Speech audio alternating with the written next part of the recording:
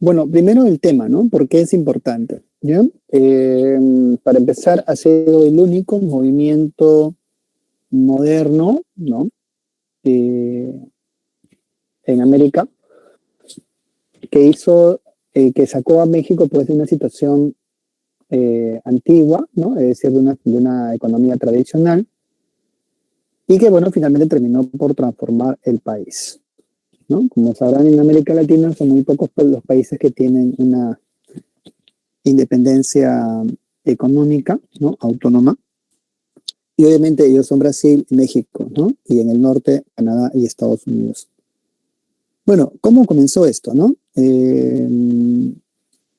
Bueno, ahí vemos las causas, ¿no? Y también la importancia, decíamos, porque tuvo influencia en el Perú. Y esto lo hemos visto en el gobierno de Augusto B. Leguía, ¿ya? Recordemos que el nacimiento del Partido Aprista se produce justamente con la inspiración de la llamada Revolución Mexicana. ¿Por qué? Porque fue dirigida, ¿no? Si bien es cierto, tuvo participación tanto de campesinos como de obreros, en fin, y otros segmentos de la sociedad, fue dirigido básicamente por una clase media, representada en su principal político de ese entonces, Francisco Madero. Las causas están allí señaladas, ¿ya? Básicamente es la dictadura de Porfirio Díaz. Este personaje, que había sido un caudillo, ¿no? Un caudillo militarista, calificado como un líder de la resistencia contra la invasión francesa, terminó pues siendo adicto al poder y continuó religiéndose de manera constante y de manera consecutiva. Así que a veces dejaba el gobierno, pero lo dejaba en manos de testaferros, ¿no? Finalmente, una fuerte clase media, ¿ya? Va a exigir con Francisco Madero que no postule nuevamente a una reelección presidencial, pero Porfirio Díaz, haciendo caso omiso de esta opinión pública, decidió reelegirse por nueva vez. Ese es uno. Lo segundo fue la pobreza del campesinado.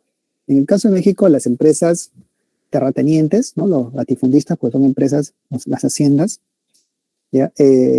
Tenía mucha, o sea, digamos, el poder de la tierra recaía en esos terratenientes que tenían enormes latifundios, al extremo de que haciendas, ¿no? Y tierras del tamaño de un estado pertenecían a una sola persona, por ejemplo, ¿no? Había una frase que decía que tal hacendado no es de Chihuahua, sino que el estado de Chihuahua le pertenece a tal hacendado. ¿Por qué? Porque básicamente por la expropiación de las tierras de las comunidades indígenas, recordemos que los pueblos mexicanos fueron también conquistados por los españoles, ¿no? Entonces, estos terratenientes durante la época colonial y la republicana mexicana comenzaron pues a expropiar las tierras de los campesinos, ¿no? Dejándolos en la pobreza. Por esa razón, el campesinado se encontraba pues pasando muchas penurias, ¿no? Mucho hambre debido a este proceso de concentración de tierras. Y además el gobierno no quería hacer una reforma agraria porque trabajaba básicamente en su gestión, ¿no? de reelección constante para los latifundistas. También había un fuerte descontento del sector urbano, ¿ya? El proletariado, la clase media y parte de la élite, ¿no? ¿Por qué? Porque México también se encontraba pasando por un proceso de proletarización, concentrando la propiedad en beneficio de algunas solas empresas pequeñas o grandes empresas, ¿no? En este caso los hacendados. Y por supuesto, esto con el beneplácito y el apoyo de la élite internacional. Bueno, ¿cómo comienza esto? Vean que la Revolución Mexicana duró 10 años, ¿no? Desde 1910 hasta 1920, sucediéndose varios gobiernos en ese entonces.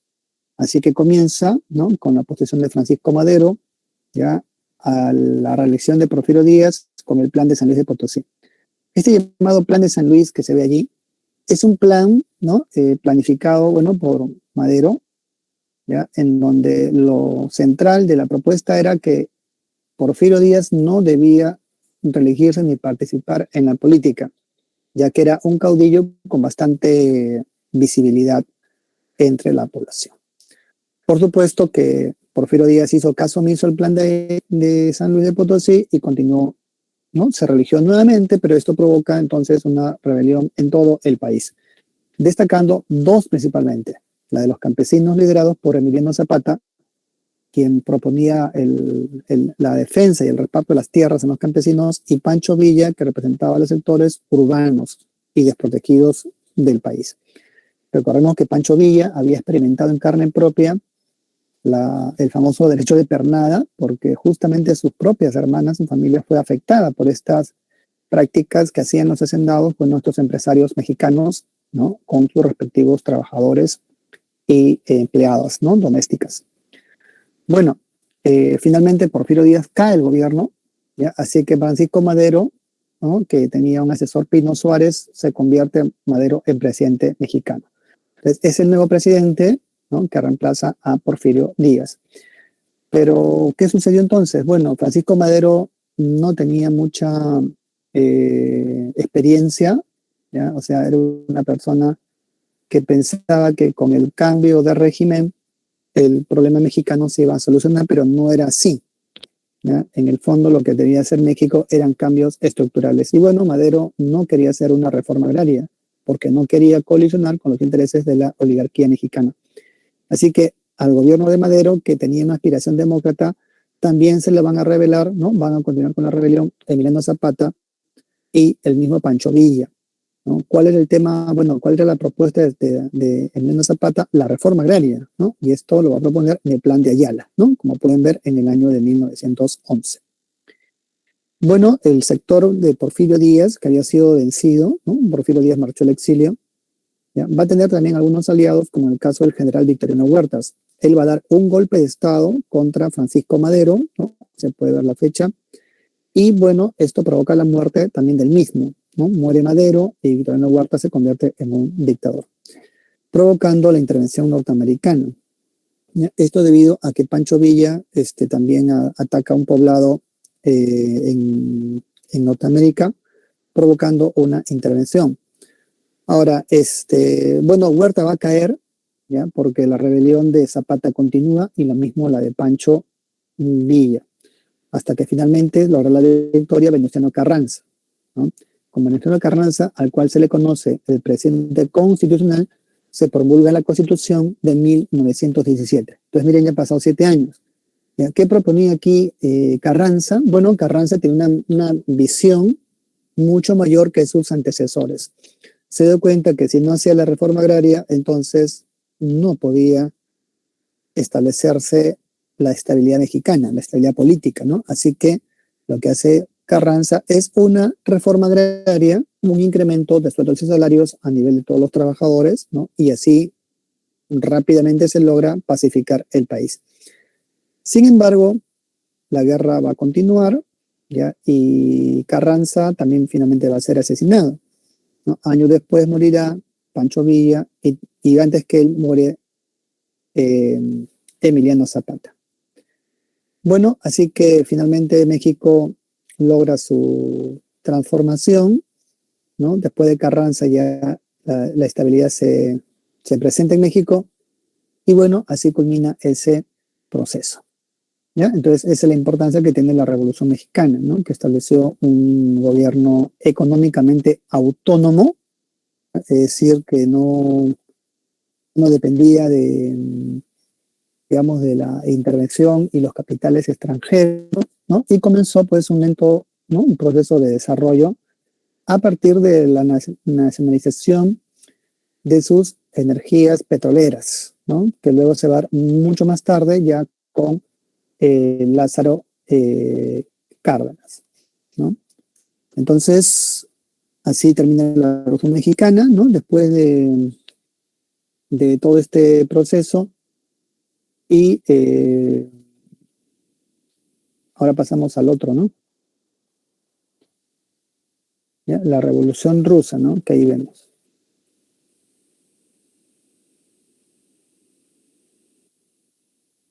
Bien.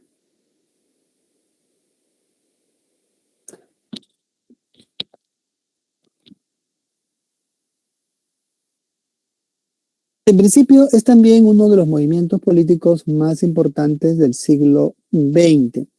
A pesar que ese Estado soviético ya no existe, ¿ya? Porque recordemos que la llamada Revolución Rusa creó una transición a un nuevo tipo de gobierno, ¿no? Un gobierno socialista. El primer gobierno socialista de la historia, en realidad. Y que duró más o menos, ¿no? Hasta hasta el año 91, ¿no? O sea, tuvo bastante tiempo, ¿ya? Y a pesar de las críticas que recibió dicho gobierno, logró transformar el país, ¿no? Porque recordemos que luego del zarismo, el zarismo se encontraba en la Edad Media. Hoy Rusia disputa, es, digamos, una de las principales, ¿no? Digamos, la segunda o comparte con Estados Unidos su rango de principal potencia mundial e industrial, ¿no? Y esa es la característica que tiene ese proceso, ¿no? O sea, pueden haber muchas críticas, pero lo cierto es que luego de esa transformación, Rusia se convirtió en la gran potencia mundial que todos conocemos, ¿no? Y que lideró un campo, ¿no? Un campo, digamos, de rivalidad con el país más poderoso, ¿no? Que fue los Estados Unidos. Entonces, ¿cómo nace esto? Bueno, esto tiene sus antecedentes, ¿ya? Va a ser la guerra ruso-japonesa de 1904 y 1905. ¿Por qué es importante esa guerra? Porque demostró dos cosas. Primero, que Rusia no era el país avanzado, ¿ya? Debido a que estaba bajo el gobierno de un zarismo, ¿no? ¿Qué era el zarismo? Bueno, un régimen absoluto, ¿no? Un régimen de monarquía absoluta en pleno siglo XX, ¿no? Era una autocracia, o sea, el emperador, en este caso el zar, gobernaba como un emperador sin parlamento, sin constitución, sin ningún tipo de control, ¿no? De manera caprichosa. Entonces, eso demostraba pues lo vulnerable, ¿no? Lo antiguo, lo anacrónico que era el régimen, porque en el siglo XX recordemos que los países marchan hacia un proceso de democratización. Y Rusia como que se había quedado en la Edad Media, ¿no? Se había quedado estancada en el pasado. Entonces, la guerra ruso-japonesa demostraba eso. ¿Por qué? Porque Japón, que había sido un país también casi feudal, ¿no? O sea, venía de la época del shogunato, ¿no? En el siglo XIX, experimentó una transformación que hemos visto con la segunda revolución industrial, ¿ya? En esa segunda revolución industrial, Japón logró modernizar su infraestructura, ¿no? Militar, naval, y desarrolló una economía capitalista, ¿no? Al punto que le permitió construir una gran flota, ¿no? Entonces ahí la clave es la flota japonesa. ¿Por qué decimos la flota japonesa? Porque después Japón se va a enfrentar a los aliados en la Segunda Guerra Mundial, ¿no? Aprovechando el amparo de su flota y su desarrollo tecnológico que ellos muy bien habían, ¿no? Aplicado y avanzado, ¿ya? Entonces, Europa quedó, ¿no? Quedó sorprendida, con mucho estupor, viendo que un país pequeño, que había sido un país feudal, ¿no? Con los samuráis famosos, ¿no? Que eran como señores feudales, lograba derrotar pues a un viejo imperio, un imperio se supone el más grande del mundo, porque Rusia es el país más grande del mundo, ¿no? El planeta, porque abarca prácticamente casi toda Asia, ¿no? Todo el norte de Asia le pertenece y parte también de Europa, ¿no? Lo que sería Europa Oriental. Bueno, entonces esa guerra por eso es importante, ¿no? Demostró la debilidad del imperio ruso, ¿ya? Era un imperio anacrónico que no se había modernizado. Y dos, demostraba el ascenso de Japón como gran potencia mundial. Ahí comienza la desconfianza que los aliados van a tener luego, ¿no? Ante Japón y su peligrosa flota, ya que esa guerra se va a decidir en el combate naval del estrecho de Tsushima. Bueno, en ese combate Japón hunde la flota del zar, ¿no? La flota del Báltico, que había sido enviada a frenar la flota japonesa. Bueno, esta va a ser hundida por el almirante Toho, ¿no? Togo, que participará luego en las guerras mundiales, ¿no? Pues eso también va a tener impacto en la sociedad rusa de ese entonces. En la capital, que en esa época era San Petersburgo, ¿no? No era Moscú, sino San Petersburgo o Petrogrado, se produce la llamada Revolución Liberal de 1905, ¿ya? ¿Qué pasó? Bueno, la guerra generó una crisis económica, ¿ya? Y como se ve en ese grabado, ¿no? Un conjunto de manifestantes, ¿ya? Comenzó a ir al Palacio de Invierno, que era el Palacio de los Zares, a exigir alimentos, aumento de salarios, bueno, pan y otras medidas asistencialistas.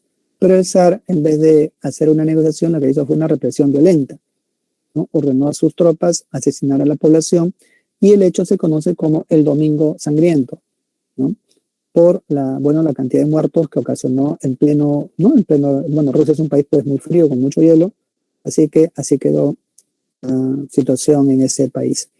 Ese detalle, ¿no? Que parece bueno, algo, digamos, circunstancial, ¿no? Pero es importante, ¿por qué? Porque la población le perdió confianza a su principal líder, ¿no? Que era el zar, ya que ellos pensaban, como se estudió después, que los males del zarismo se encontraban no tanto en el zar, que era como el padrecito, sino más bien se encontraba en la administración. Pero con esta orden que el zar dio, bueno, esto le quitó bastante legitimidad entre su población y luego más tarde el mismo va a verse solo y abandonado y es por eso que cuando se produce pues la muerte que él tiene por los bolcheviques, la noticia pasó desapercibida, ¿no?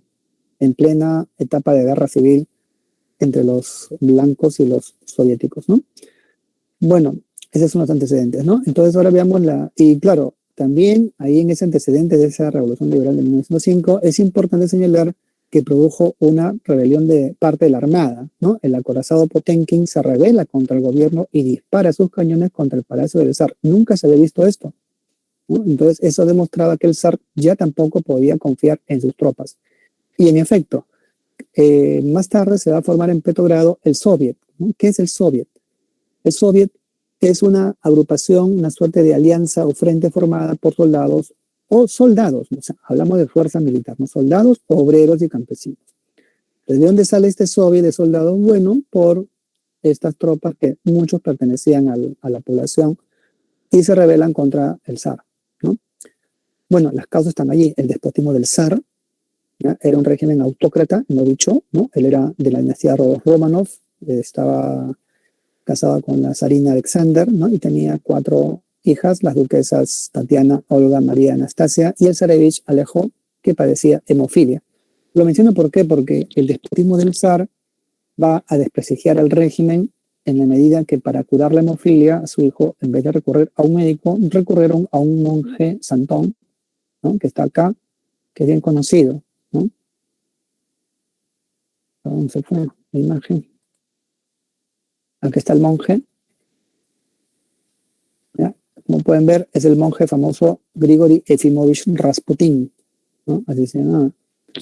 ¿Ya? Era un personaje que tenía, bueno, era como un chamán, ¿no? Un curandero, en realidad, ¿ya? Pero este monje logró convencer a la zarina que tenía poderes extraordinarios, ¿no? Así logró ganarse la confianza y ser amigo íntimo del zar, al punto que la campaña militar de Rusia en la Primera Guerra Mundial fue desastrosa en gran parte por culpa de este personaje, ya que el zar, en vez de consultar a sus soldados, ¿no? De experiencia profesional o militar, le consultaba a Rasputín qué día era mejor para iniciar la ofensiva. Y él, bueno, veía el cielo, veía las estrellas y decía tal día, tal fecha, tal día domingo, tal día sábado, de iniciar la ofensiva, provocando pues desastres en el frente militar. Entonces, esta crisis del despotismo del zarismo, ¿no? Que también se va a reflejar pues en este personaje, ¿no? Rasputín, del cual hay un documental en internet, lo pueden revisar también. ¿Ya? Lo otro va a ser la crisis económica agudizada por la Gran Guerra, ¿no? Hablamos de la Primera Guerra Mundial. Entonces el zar, ya recuerden que el zar pues había destinado gastos, ¿no? Urgentes para satisfacer la guerra, pero esta por sus malas, ¿no? malas consejos, bueno, finalmente terminó pues en una catástrofe, ¿no? Pero esto alimentó más la crisis. La población exigía poner fin a la guerra y bueno, también establecer nuevas medidas económicas. Lo tercero va a ser la extrema pobreza campesina y obrera. El campesino ruso recibe el nombre de mujik, ¿ya? El mujik que se encontraba en una condición de servidumbre, ¿no? Explotado y oprimido por los boyardos, ¿no? Los boyardos, ¿quiénes eran? Bueno, los boyardos pues son la nobleza rusa, ¿ya? Que también eran como en el caso de México, ¿no? Detentadores y propietarios de grandes extensiones de terrenos. Mientras que en las fábricas, Rusia a partir del siglo XX había experimentado un proceso de proletarización, así que había muchas fábricas con muchos obreros que carecían pues de lo más necesario. Trabajaban 14 horas, 16 horas y bueno, estaban en una condición muy humillante, muy miserable, muy precaria y bueno, morían así de manera constante, ¿no? Y finalmente tenemos las influencias del socialismo, ¿ya? Recordemos que el socialismo en Rusia fue muy variopinto. Había muchas tendencias, eseristas, anarquistas, socialdemócratas, comunistas, bueno, bolcheviques, etc. Pero finalmente, en general, ¿no? La idea socialista prendió rápidamente en la población porque los bolcheviques, bueno, iniciaron una estrategia que está en la lectura, ¿no? Que está en el separata también y que ustedes la tienen allí, ¿no? ¿Por qué triunfan los bolcheviques? ¿A qué se debe su éxito? Bueno, entre otras cosas, de descontento social, donde la población exigía poner fin a la guerra, principalmente. Este proceso ha tenido dos etapas, la etapa menchevique y la etapa bolchevique. La menchevique, ¿no? Se le llama así por su carácter moderado, ¿no? De tipo republicano, van a producir la transición, porque es una transición, en el mes de febrero, por eso que se le denomina Revolución de Febrero. ¿Y cómo se inicia? Con una huelga general en la capital Petrogrado, llamada San Petersburgo. ¿Ya? En Rusia había muchas facciones, ¿no? Muchas facciones, la de Kerensky era una de ellas. ¿Ya? Viendo que era imposible controlar, ¿no? A la multitud, el zar finalmente decide abdicar el trono en manos de su primo, el duque Miguel. Este rechaza el ofrecimiento y el gobierno recae en manos de un noble, el príncipe Lov. Pero también este abandona el gobierno, así que ante ese vacío, Kerensky asumió la presidencia, estableciendo la república y un gobierno provisional. ¿Sí? ¿Cuál fue el error de Kerensky? ¿No? O sea, ¿por qué no? Porque de febrero a octubre son pocos meses en realidad, ¿no? Entonces, estamos hablando de unos 8 meses, ¿no? Entre 7 y 8 meses, ¿ya? De febrero a octubre. Bueno, su error básicamente fue continuar la Primera Guerra Mundial. Sucede que los aliados que habían apoyado a Kerensky lo apoyan finalmente, lo reconocen como gobierno, pero le exigen una condición, continuar la guerra en favor de los aliados. ¿Por qué continuar la guerra? Porque continuar la guerra obligaba a Alemania a dividir sus tropas en dos frentes. ¿Ya? Entonces eso hacía imposible la victoria alemana, ¿no? Obviamente que Kerensky, también debido a los préstamos que había recibido, ¿no? Estaba comprometido y obligado con las potencias occidentales, bueno, aceptó y continuó la guerra. Bueno, la población rechazó el gobierno de Kerensky, ¿ya? Como se ha estudiado ya, la población quería la paz, ¿no? Para poder reactivar la economía. ¿Por qué no se podía reactivar la economía? Porque para poder sostener la guerra se tenían que enviar millones de soldados al frente. Recuerden que Rusia envió casi 15 millones de tropas, ¿no? 15 millones de hombres, ¿no? Al frente, entonces era demasiado y básicamente eran campesinos, ¿no? Entonces los campesinos que iban al frente no podían trabajar la tierra y así la economía no se reactivaba, ¿no? Habiendo mucha pobreza, bueno, en la ciudad. Así que en ese contexto llega Lenin, ¿ya? Lenin, que era Vladimir Ilich Ulyanov Lenin, así se le llama su sobrenombre, que era hijo de un abogado, ¿no? Dedicado a la política, que se encontraba exiliado en Suiza, ¿ya? El gobierno del zar lo había perseguido, ¿no? Va a llegar en un vagón blindado hacia la capital Petrogrado y allí va a formular un plan conocido como Tesis de Abril. Bueno, ¿cómo Lenin logra hacerse conocido entre la población? Por sus propuestas. ¿Qué propone Lenin? Y los bolcheviques, ¿no? Que era su agrupación, propone poner fin a la guerra mundial. 2, hacer una reforma agraria. Y 3, bueno, mejorar la condición de los trabajadores de la ciudad. Así que de esta manera, ¿no? Finalmente, los soviets, que es una alianza, ¿no? Los soviets comienzan a integrarse entonces con muchos soldados, ¿no? Obreros y campesinos, van a derrotar al parlamento que estaba representada por la burguesía, la burguesía rusa, ¿no? Y finalmente, en el mes de octubre se produce la transición.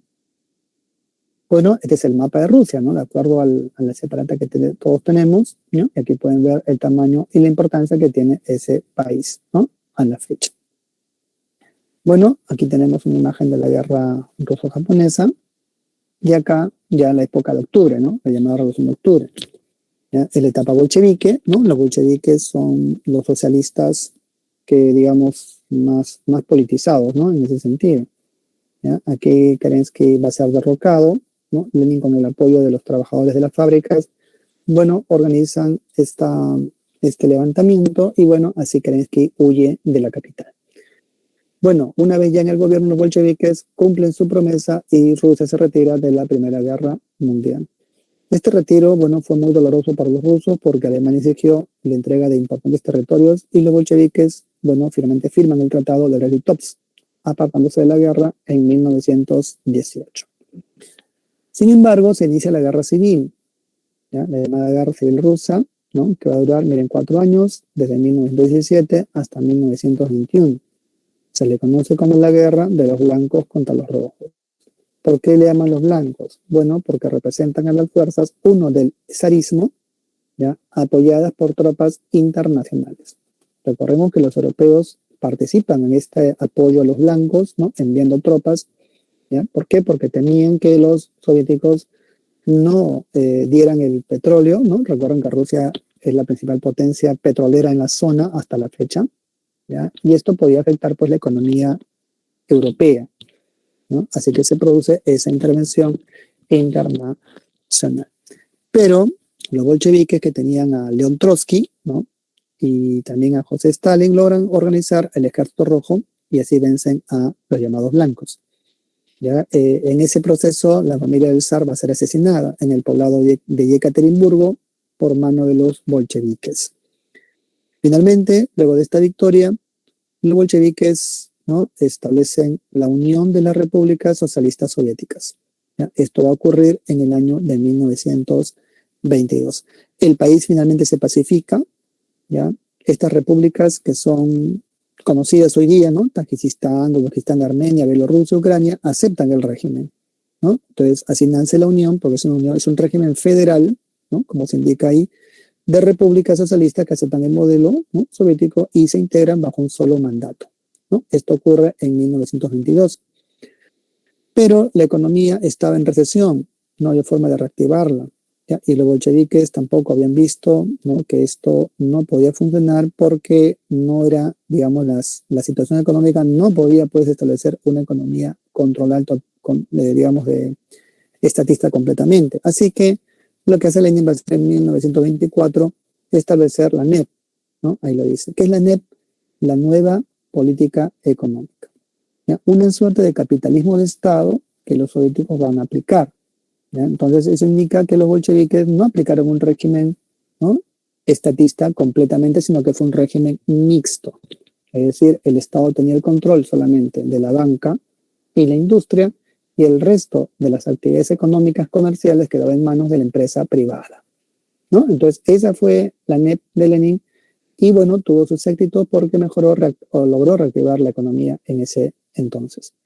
Bueno, Lenin fallece ese mismo año, ¿ya? Muere de una parálisis, ¿no? Entonces le ocurre un derrame cerebral y fallece, y esto genera una lucha por su sucesión, ¿no? Destacando aquí Joseph Stalin, ¿no? Aunque su nombre es Joseph Dogashvili Vissarionov, y su sobrenombre es Stalin, porque Stalin significa en ruso acero, y Stalin es el hombre de acero. ¿Por qué es famoso?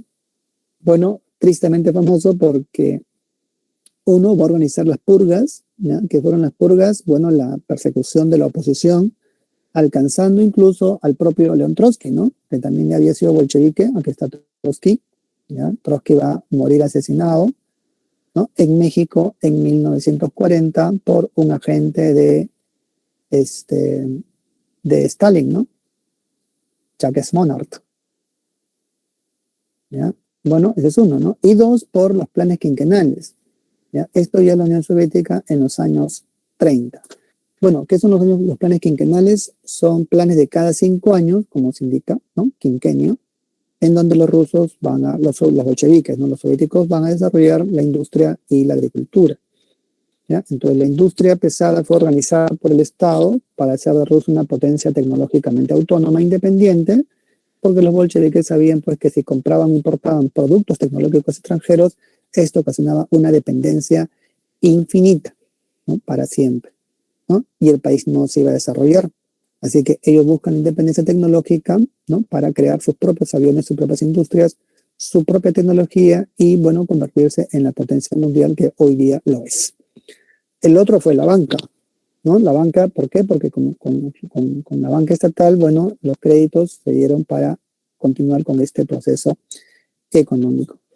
Y bueno, el otro va a ser la agricultura, ¿ya? Para organizar y reformar ¿no? Los latifundios que existían. Bueno, el gobierno comenzó una política de expropiación, ¿ya? De los campesinos, ¿no? Lo cual fue también muy criticado porque se cometieron muchos abusos, ¿no? De derechos humanos. ¿ya? Estos campesinos rusos llamados kulaks, ¿no? Finalmente fueron expropiados y una buena parte de ellos fueron llevados a campos de trabajo forzados conocidos como gulag, ¿no? El gulag. Fruto de esa situación, aparece un libro del ruso Boris Pasternak, que fue premio Nobel, conocido como el Doctor Chivago. Bueno, luego veremos a los rusos ya en la Segunda Guerra Mundial.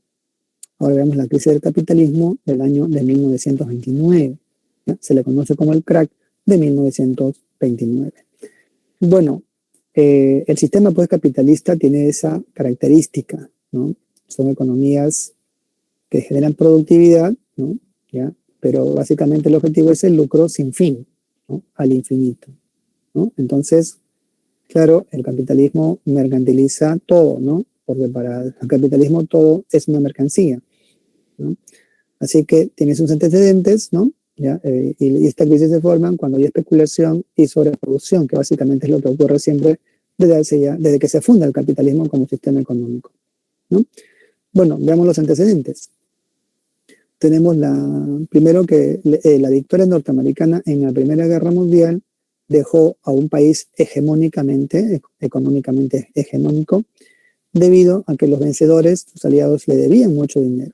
¿Ya? Recuerden que Estados Unidos se convierte en la banca acreedora de estos países por los préstamos que les dio para vencer a los alemanes en la Primera Guerra Mundial, ¿no? Así que cuando la guerra culmina, se firma el Tratado de Versalles, ¿no? Finalmente Alemania paga las reparaciones, los demás países comienzan a pagarle también a los Estados Unidos, ¿no? Así que esta riqueza de crédito, o sea, de dinero, ¿ya? De inversiones, se conoce del 20 al 30 como los locos años 20, o también llamados felices años 20, ¿no? Y como se ve acá, en este cartel publicitario que ustedes ven acá, ¿no? Entonces hacemos un corte, ¿ya? Entonces, ¿no? Vamos a ver acá el corte.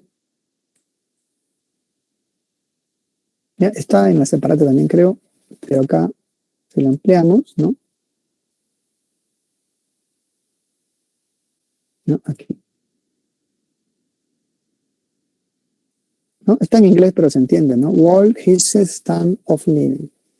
¿No? No hay nada mejor que la vida americana, ¿no? Un cartel publicitario donde se ve la política de consumo, ¿no? Miren, hasta hay un perrito, todos están felices, ¿no?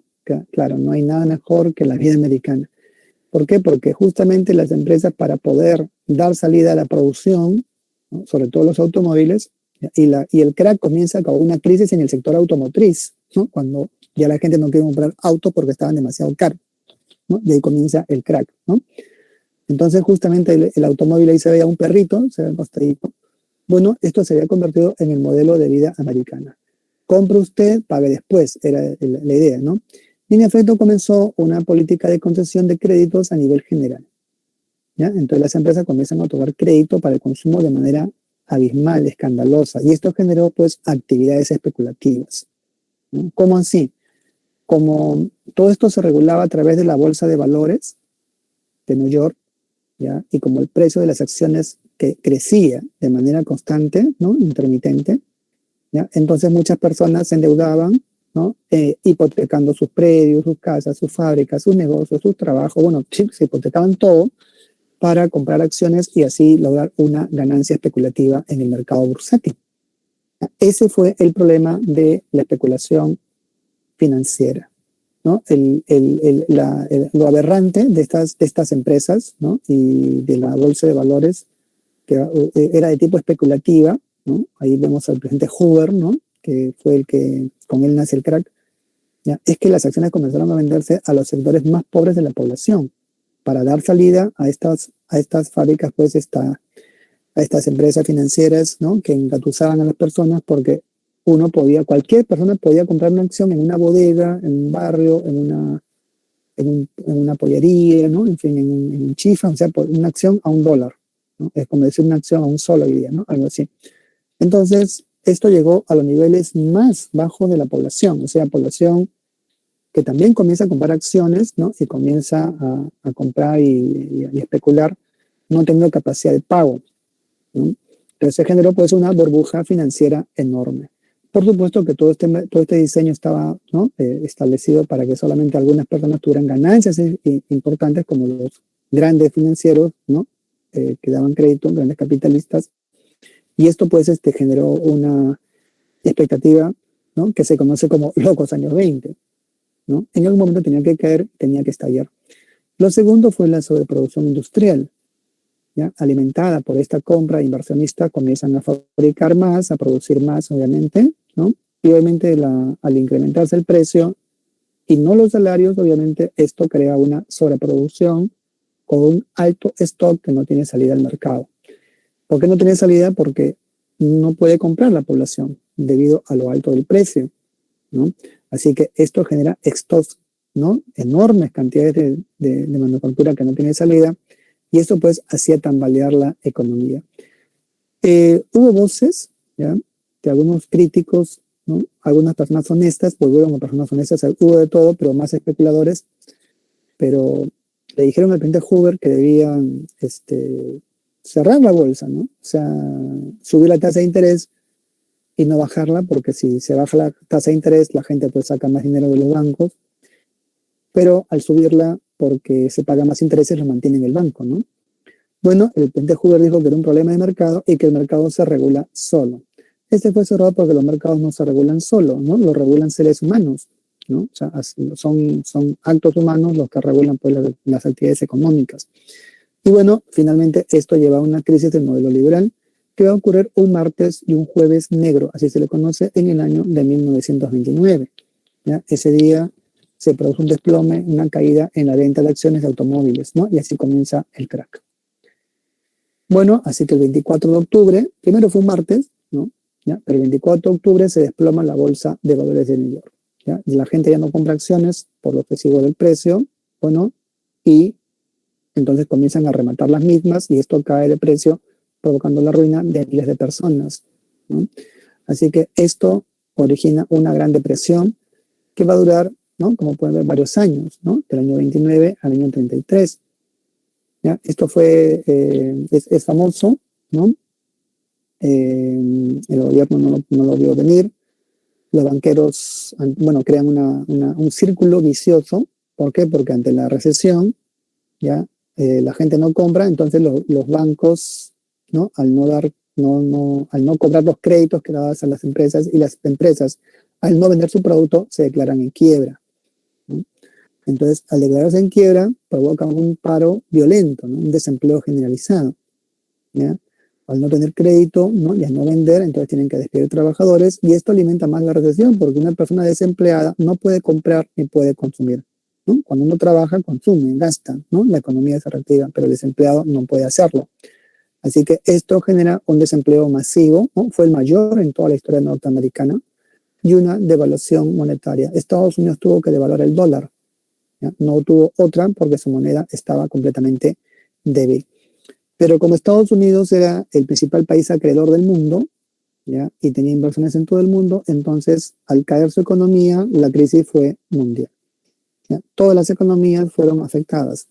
En el caso del Perú, provoca la caída del gobierno de Augusto B. Leguía, ¿no?, como ya se ha comentado también, ¿ya? Y en países como Alemania permite el surgimiento del nazismo, ¿no? Aquí surgió el tercer militarismo. Bueno, en Alemania surge el nazismo, el nacionalsocialismo, ¿no?, o el fascismo en general. ¿Ya? De todos los países que estaban allí, el único que no fue afectado fue la Unión Soviética, ¿no?, como ya sabrán, porque su economía era diferente, ¿no? O sea, era una economía de tipo autosubsistente, ¿no?, de autosuficiencia. Bueno, para dar solución a la crisis, ¿ya?, se produce una elección presidencial y accede al gobierno el presidente Franklin Roosevelt, ¿no? Hoover no se reelige, ¿ya? Y él va a aplicar las recomendaciones de un economista famoso de esa época, John Maynard Keynes. Keynes, que es un defensor de la economía, ¿no?, de esa época de mercado, señalaba que para salvar la economía de mercado había que regularla primero. ¿Cómo? Con una mayor participación del Estado en la economía, ¿no? A esto se le conoce como keynesianismo. Y bueno, ¿cómo el Estado debe intervenir? Haciendo obras públicas, ¿no?, creando empleo público, ¿ya? Regulando la actividad bancaria, la actividad financiera, ¿no? Si los bancos están en deuda, deben quebrar, bueno, aumentando el salario, devaluando el dólar, bueno, aumentando el gasto público, ¿no? Es decir, hacer obras públicas por parte del Estado, ¿no? ¿Por qué? Porque si la empresa privada ya no podía, ¿no? Recuerden que no podía invertir, entonces el Estado debía intervenir para que la actividad económica continuase, ¿no? Es decir, la política del gasto. Y también la creación de un sistema de seguridad social, ¿no? Es decir, para que un trabajador, ¿no? tuviera un seguro, ¿no? de jubilación, un seguro de enfermedad, un seguro de desempleo, ¿no? ¿Por qué? Porque del mismo salario se le descuenta y en caso que quede desempleado, con el seguro podía recibir una pequeña pensión hasta que vuelva a encontrar empleo. Bueno, entonces ahí tenemos el New Deal. Pero a pesar de todo, la economía no pudo reactivarse, ¿no? Recién la Segunda Guerra Mundial va a reactivar la economía norteamericana. Bueno, otra consecuencia, ¿no? O un proceso que continúa en la crisis era el fascismo, ¿ya? ¿Qué es el fascismo? Bueno, es una ideología política, ¿ya? Totalitaria, ¿no? ¿Por qué? Porque sostiene, ¿no?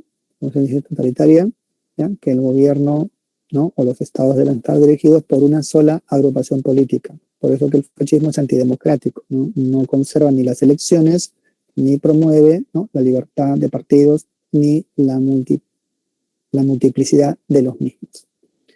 Entonces, es una ideología política, ¿ya? de un estado totalitario y que surgió en Europa tras la Primera Guerra Mundial. ¿Dónde surgió el fascismo? Bueno, es un fenómeno italiano. Nace en 1920 en realidad. ¿Ya? Estamos hablando luego de la Primera Guerra Mundial, ¿no? Nace en Europa, luego de la crisis debido a que, y si bien Italia ganó la guerra, ¿no? Porque saben que Italia ganó la guerra, pero el esfuerzo de guerra fue enorme en Italia. ¿Ya? Recuerden que Italia no siempre estuvo bien, o sea, Italia era aliada de los alemanes y austrohúngaros, pero al apartarse de la guerra e iniciar la guerra contra Austria y Alemania, tuvo que designar fuertes partidas de gasto para sostener la guerra. Y en la primera fase de la guerra, Italia fue derrotada por los alemanes sobre todo, ¿no? La batalla de Caporetto le ocasionó cientos de miles de muertos, ¿no? Fue desastroso, aunque luego logró recuperarse, pero no la compensación territorial que obtuvo, ¿no? de Austria luego de la guerra no fue suficiente para alimentar la crisis. Así que Italia está en recesión, ¿ya? Y ahí tenemos la causa, ¿no? Uno, la crisis post Primera Guerra Mundial, ¿ya? Así comienza, ¿no? Italia está en recesión, ¿ya? Y esto produce un gran desplazamiento de población obrera, ¿no? Contra el gobierno, ¿ya? Mussolini era un personaje de izquierda, pero bueno, finalmente terminó siendo fascista, ¿no? Entonces, ese es uno, ¿ya? Y este fascismo se va a consolidar luego del crack de 1929, ¿no? Hay que verlo en ese proceso. ¿Por qué? Porque decimos que la marcha sobre Roma fue en 1920. O sea, estamos hablando que el fascismo fue primero, ¿no? Antes del crack de 1929, aunque el crack luego va a consolidar dicha economía. Bien, entonces tenemos la crisis de la Primera Guerra Mundial, del 29, y dos, el rechazo al Tratado de Versalles, ¿no? En este caso, por parte más de los alemanes, ¿no? que rechazan el Tratado de Versalles, ¿no? que van a crear un fascismo extremo ya después con Adolfo Hitler, ¿no? Bueno, ¿cuáles son las características? ¿No? Es una ideología totalitaria, ¿ya? de un partido único, antiliberal, ¿no? sin parlamento, sin poderes de control, ¿no? Es anticomunista, ¿ya? Rechaza, ¿no? a los países socialistas y es ultranacionalista, ¿no? o por un nacionalismo extremo, ¿ya? como es el caso de los alemanes, ¿no? bajo ciertos perfiles.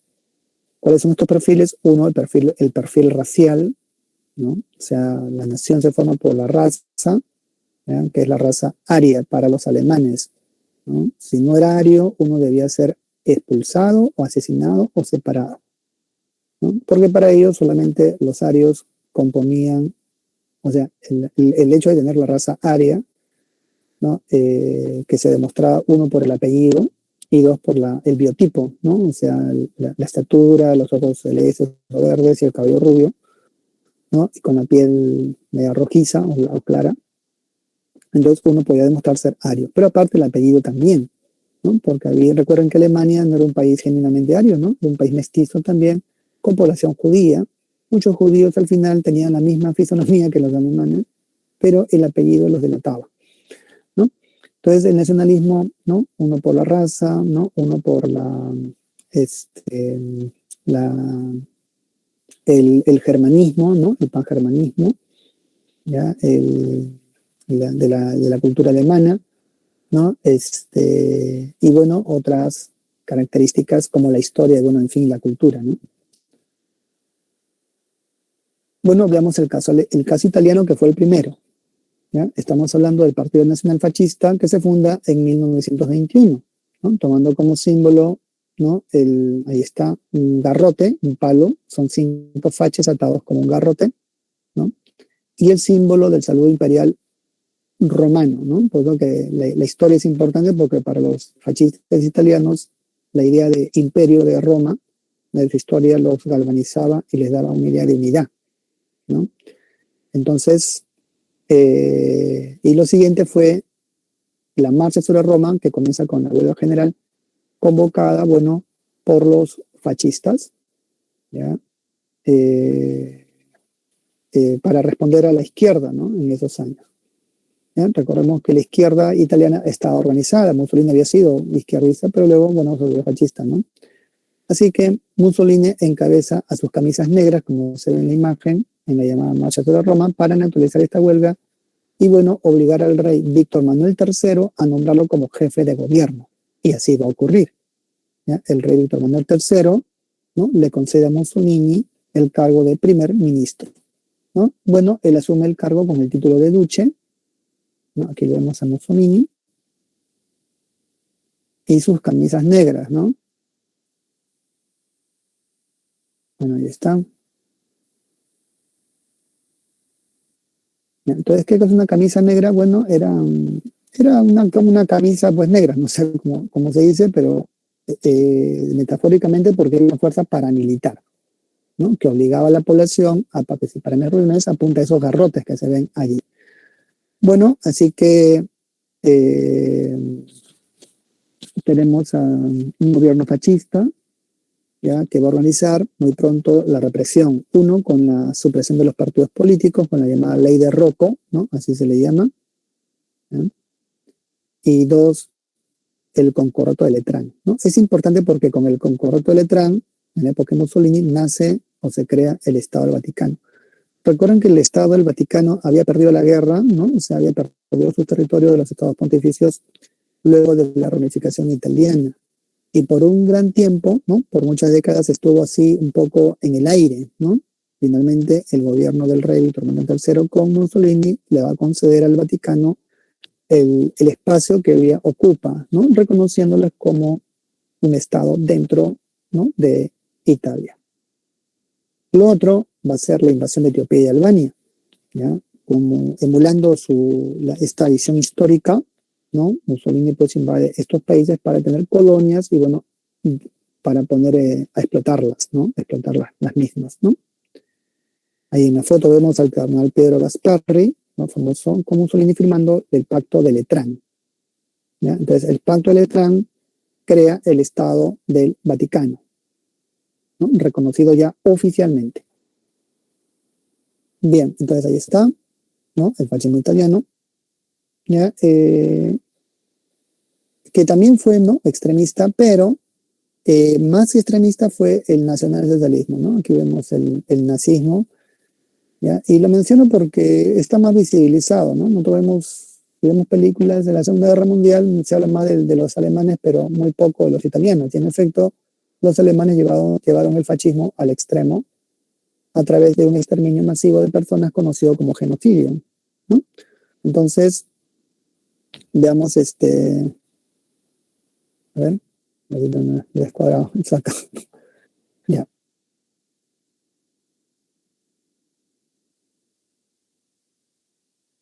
Bien, primero, ¿ya? El origen, ¿no? Es por Adolfo Hitler, ¿ya? Que en realidad no era alemán, era austriaco, ¿no?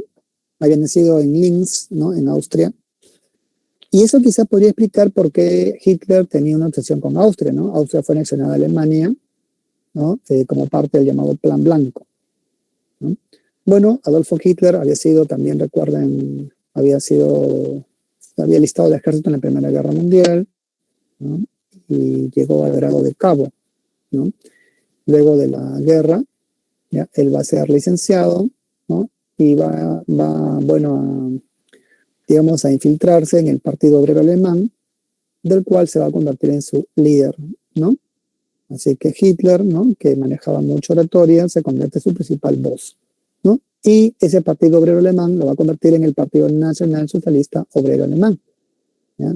Más sencillo, nazi, ¿no? Partido Nacional Obrero de los Trabajadores Socialistas de Alemania, conocido como nazi, ¿no? Ahí está, ya es más corto, ¿no? Así se le conoce. Y bueno, es un partido que destaca mucho el tema de la nación, ¿no? Bien, Hitler pensaba que debido a recuerden que en Alemania habían ocurrido intentos, ¿no? De gobiernos de movimientos de izquierda, ¿ya? Por ejemplo, lo que se conoce como la rebelión de Karl Liebknecht y Rosa Luxemburgo, ¿no? La rebelión de Múnich, ¿no? Que querían crear estados socialistas. Bueno, ante esta coyuntura, ¿no? Hitler, pensando que tenía el apoyo, ¿no? De la oligarquía alemana, organiza un golpe de Estado que se conoce como el Putsch de Múnich, ¿ya? Entonces, allí pensando que iba a recibir el apoyo, ¿no? De la ciudadanía, al final no ocurrió, ¿ya? El gobierno de la República de Weimar se mantuvo fuerte y bueno, Hitler fue enviado a prisión. Bueno, ¿qué pasó después de la guerra mundial con Alemania? Recordemos que cuando Alemania es derrotada, el rey, a ver, ya, gracias Roxana, tenemos receso.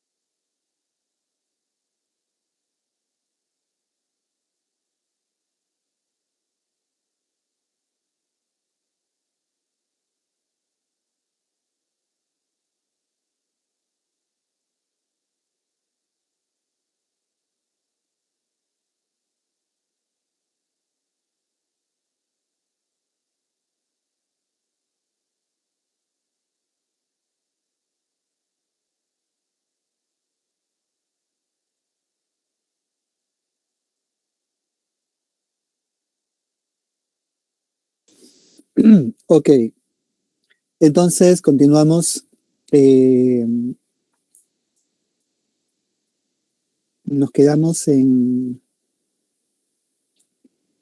el golpe, ¿no? Ya, entonces decíamos pues que ¿qué había pasado con Alemania luego de la Primera Guerra Mundial? Bueno, cuando se produce la derrota, el Kaiser Guillermo II abdica, ¿no? Renuncia. Y se va a formar la República Alemana, ¿ya? La llamada República de Weimar, así se le conoce, ¿ya? Entonces yo lo escribo Weimar, ¿no? Así.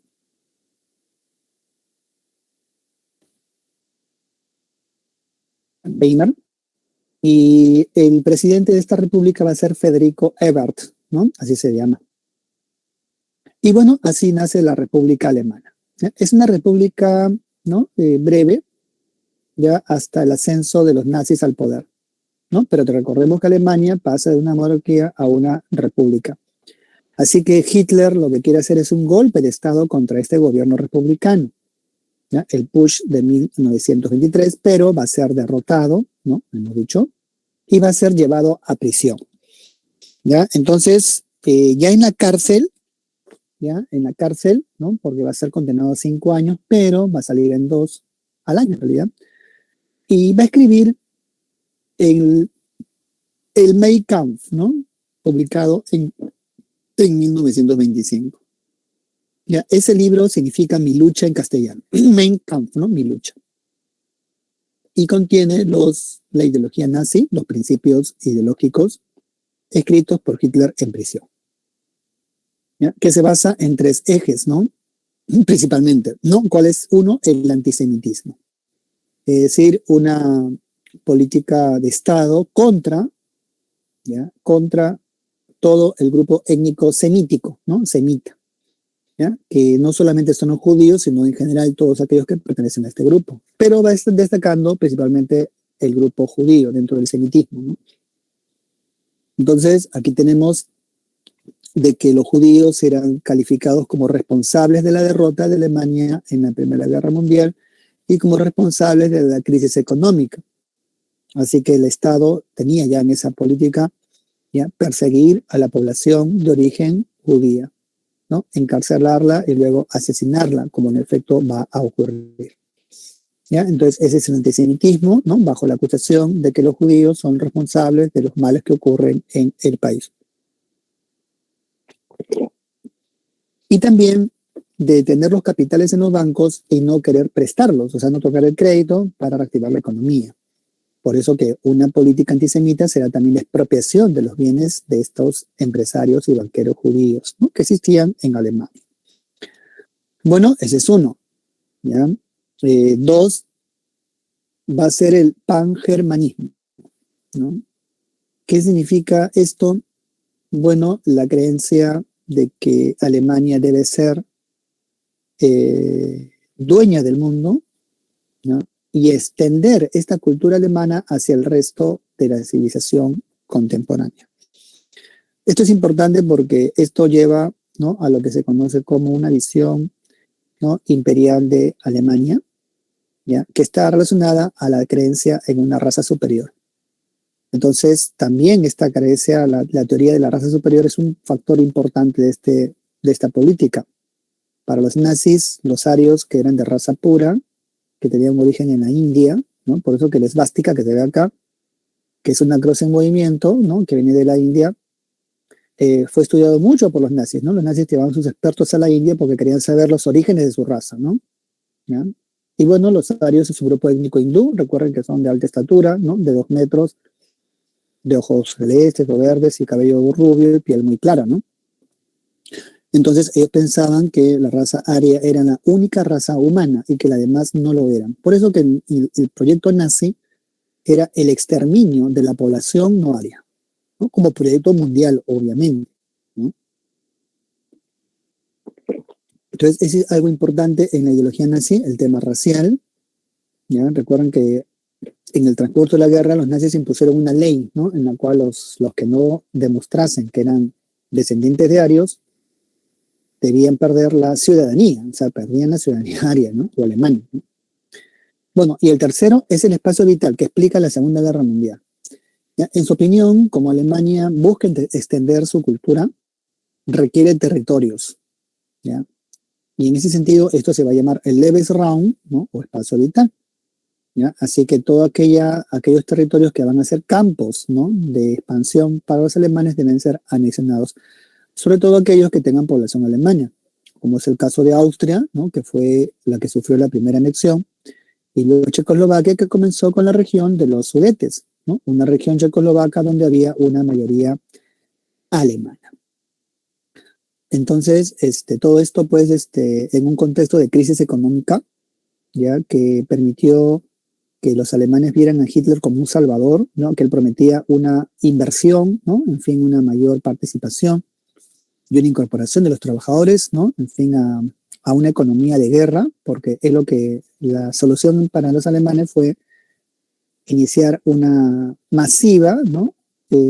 Construcción de fábricas de armamento, ¿ya? Y que logró reactivar la economía, porque dio mucho trabajo, pero recordemos que esta fue una economía para la guerra, ¿no? Que es lo que a veces no se toma en cuenta, ¿ya? Bueno, ¿cómo llega al poder Hitler? Esto debido a la Gran Depresión, ¿ya? Alemania fue el país más castigado, uno, porque tenía que pagar las reparaciones de la Primera Guerra Mundial, y dos, porque la economía estaba en recesión.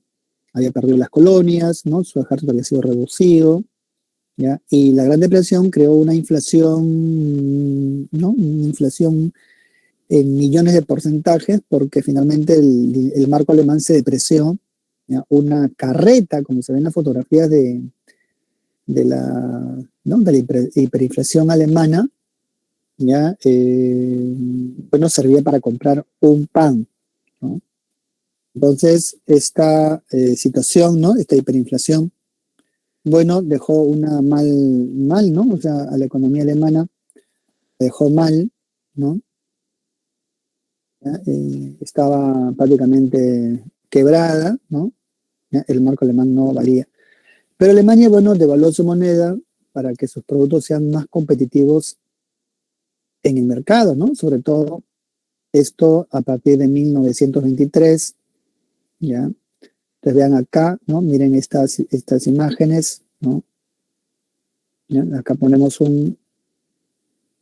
¿no? Ahí pueden ver, ¿no? Una imagen sobre estos billetes alemanes que valía un marco, todo un billón, ¿no? Un billón de alemanes que valía un marco, ¿no? Es interesante, ¿ya? Entonces, cómo se produjo la inflación. Bueno, Alemania devaluó su moneda para que sus productos sean más competitivos en el mercado, hemos dicho, ¿no? Porque en esos años todos hacen una guerra de divisas también, ¿no? Todos quieren devaluar su moneda, evidentemente.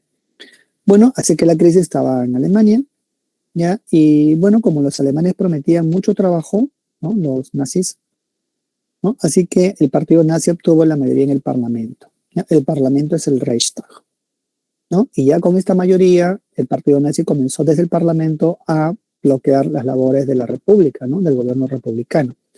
Ya para estos años gobernaba como presidente de la República el mariscal von Hindenburg, que era presidente de la República de Weimar.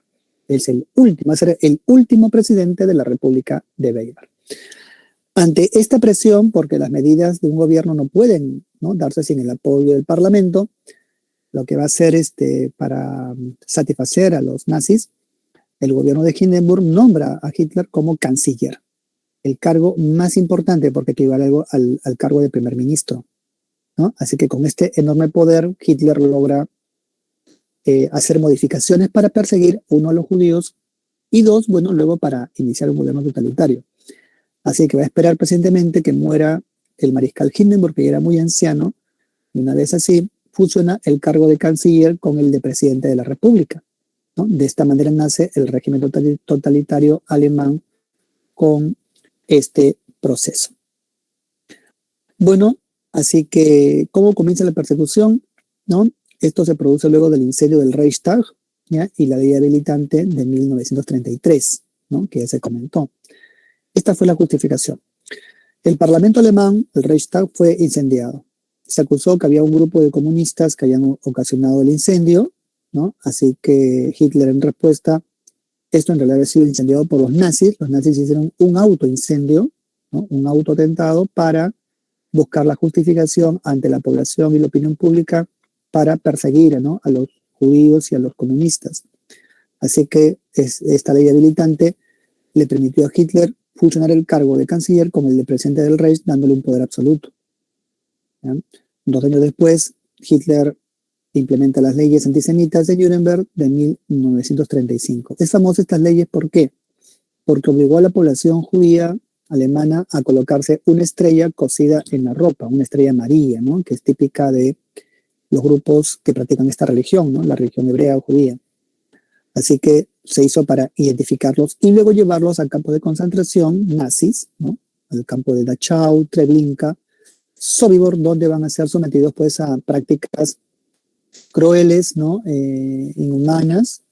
¿Ya? Recordemos que los campos de concentración, ¿no?, allí se hacían, era una situación pues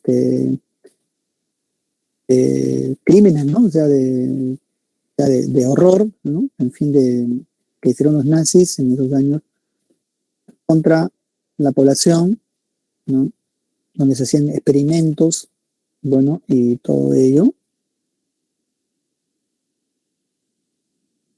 ¿no?, como acá podemos ver un poco.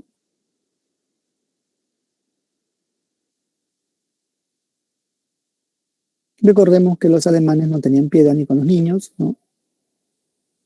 50.000 niños se sabe que fueron llevados al campo de concentración. Estos fueron rescatados, ¿no?, por los soviéticos, donde los nazis hacían experimentos con ellos, ¿no? Una cosa terrible.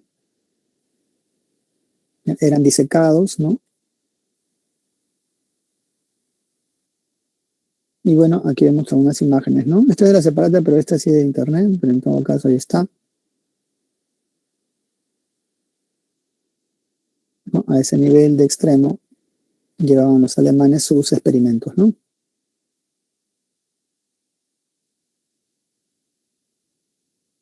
Bueno, ahí lo tenemos. Esta lectura es de la separata y este de la separata también, ¿no? El de acá de los niñitos. ¿Ya? Porque el doctor Muerte, llamado el doctor Mengele, hacía experimentos con los niños, ¿no? Bueno, era una cosa de terror. Bueno, en fin. Lo cierto es que aquí los nazis, ¿ya?, dan estas leyes antisemitas y luego para demostrar que los arios eran superiores, o sea, dentro de, dentro del grupo humano, ¿no?, los nazis eran superiores, así que, bueno, organizaron las Olimpiadas de Berlín. Esto ocurre, ¿no?, al año siguiente, en 1936. Así que, bueno, ¿no? Sin embargo, no todo le fue bien a los alemanes, ¿ya? Porque primero, ¿no?,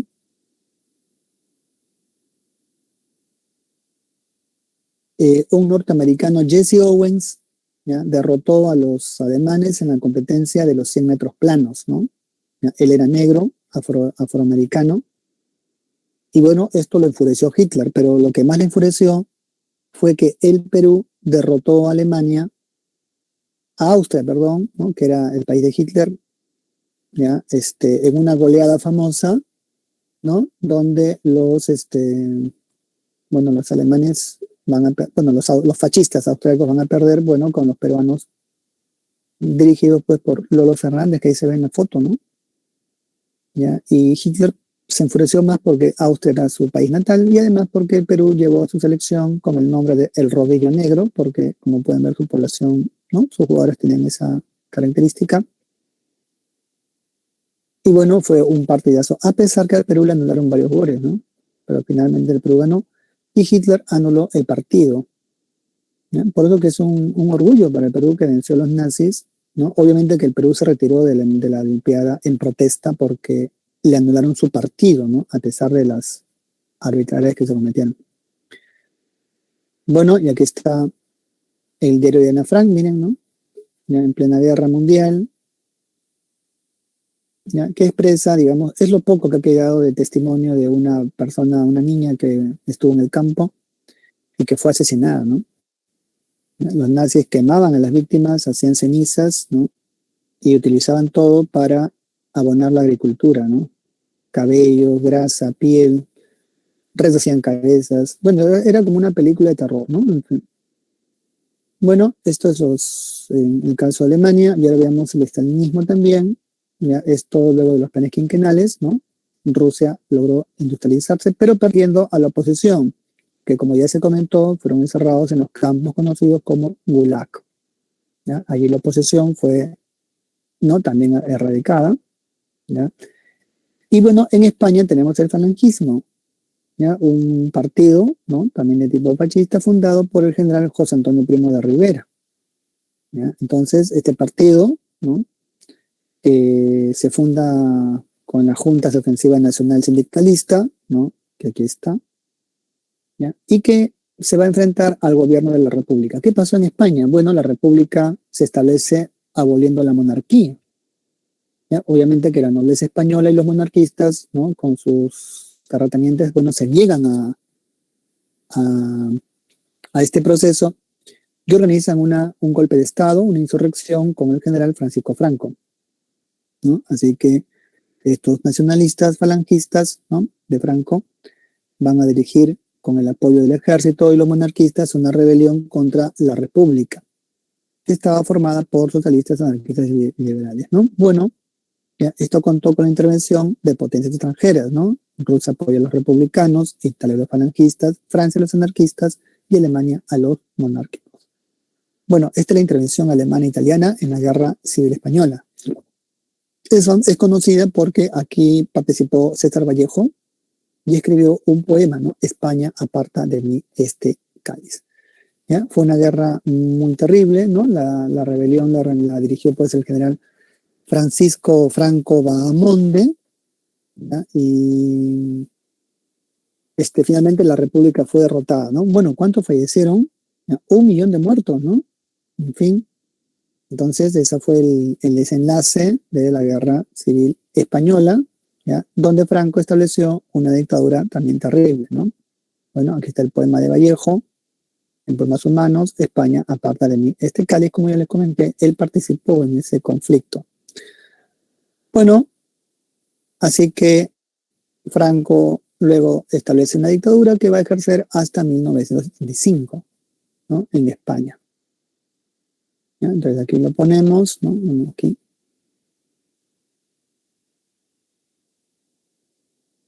Bien. Ahora, ¿España participó en la Segunda Guerra Mundial? No, no participó. ¿Ya? Solo envió una expedición, la Expedición Azul, ¿no? Pero de manera con voluntarios que querían pelear en la guerra contra los soviéticos durante el Plan Barbarroja. ¿Ya? Pero no formó parte del eje porque Franco no quería participar en la guerra, obviamente porque sabía muy bien que la guerra de Alemania no podía vencer frente a estas grandes potencias como Inglaterra, Estados Unidos y también los soviéticos. Bueno, entonces esto es respecto a estos personajes y acá vemos, ¿no? A los principales miembros de estas agrupaciones. Él es Mussolini, ¿no? De Italia, el dictador Hitler, ¿no? El Führer, ¿no? Nazi. Estas son las potencias del eje, ¿no? Entonces, esta figura representa las potencias del eje, no lo olviden. ¿Ya? Michinojima Hirohito. Bueno, él no, Franco no hemos dicho. ¿Ya? Michinojima, bueno, Hirohito, el emperador Hirohito.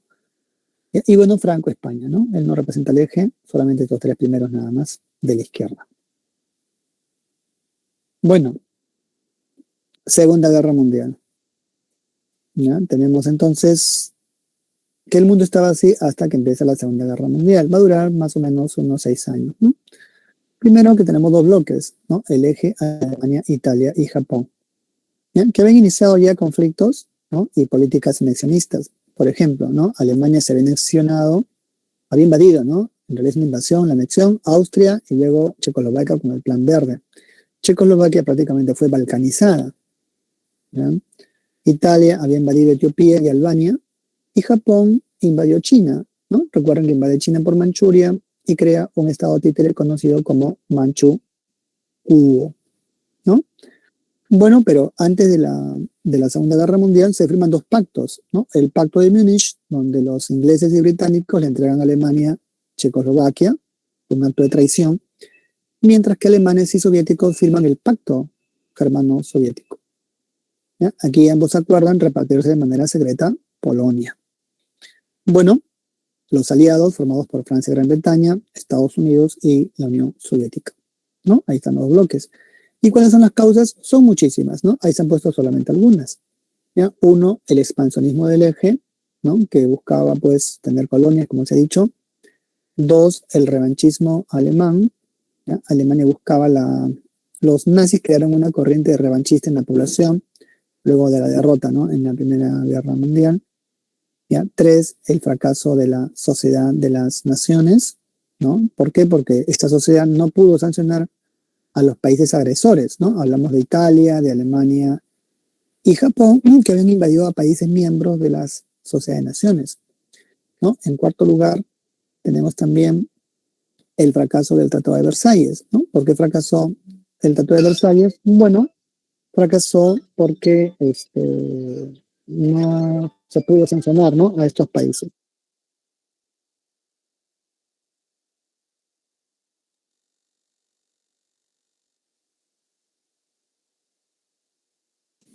Entonces, como decíamos, no se pudo sancionar, ¿no? A estos países y además porque Alemania finalmente pudo rearmarse.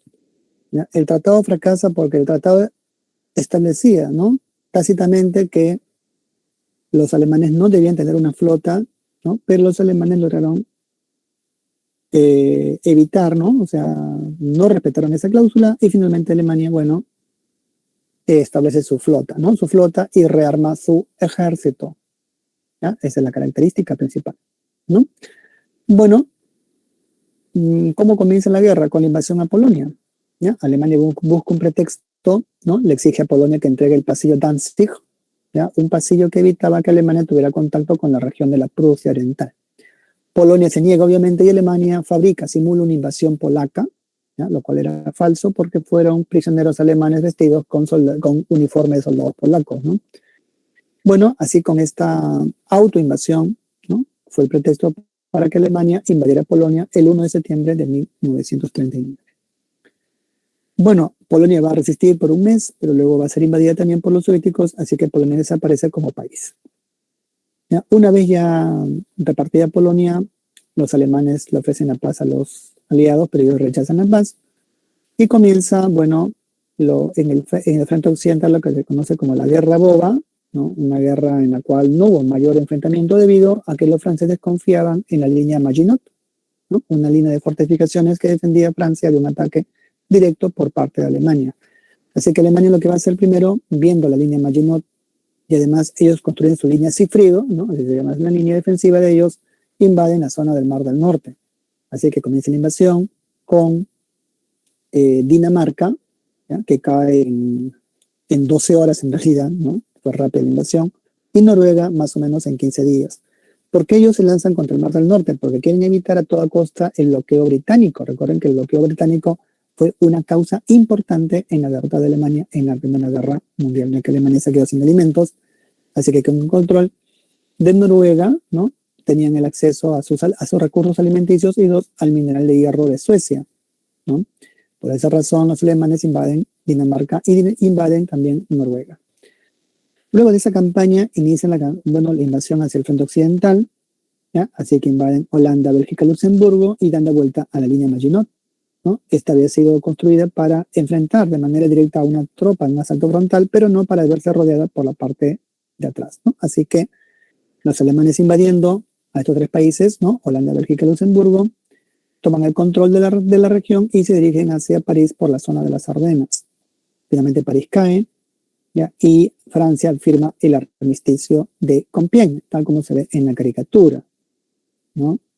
Francia acepta la invasión, ¿no? Acepta que el país se va a dividir en dos, el gobierno se traslada a Tours y bueno, y luego Vichy, ¿no? Y se establece un nuevo gobierno, el gobierno de Vichy, con el presidente Henri Pétain en 1940.